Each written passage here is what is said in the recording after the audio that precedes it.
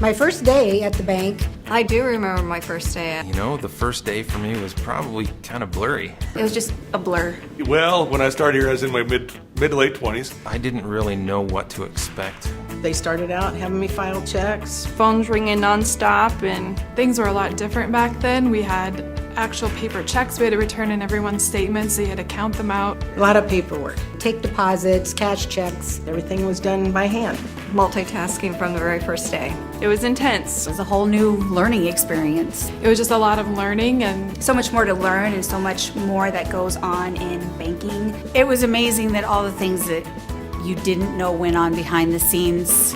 I could probably tell you more about my first interview with Pat Gross. Started part-time in here 1964.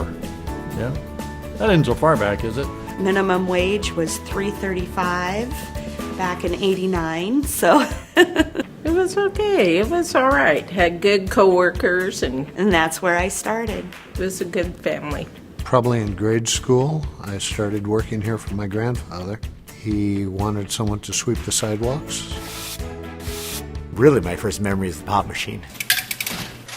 So that was pretty special when you're 4, 5, 6 years old. That was pretty fun, but a lot of good memories growing up with the bank. I don't know if it was my first day or one of the first days, but we had to change the ATMs, so I went out with Shelly. I don't know. She needed me to get out there, and I couldn't figure out how to open the door, so I kind of got locked in the ATM on I don't know if it was my first day or my first week, but eventually we figured it out, and I made it out alive, but we're both blonde, so.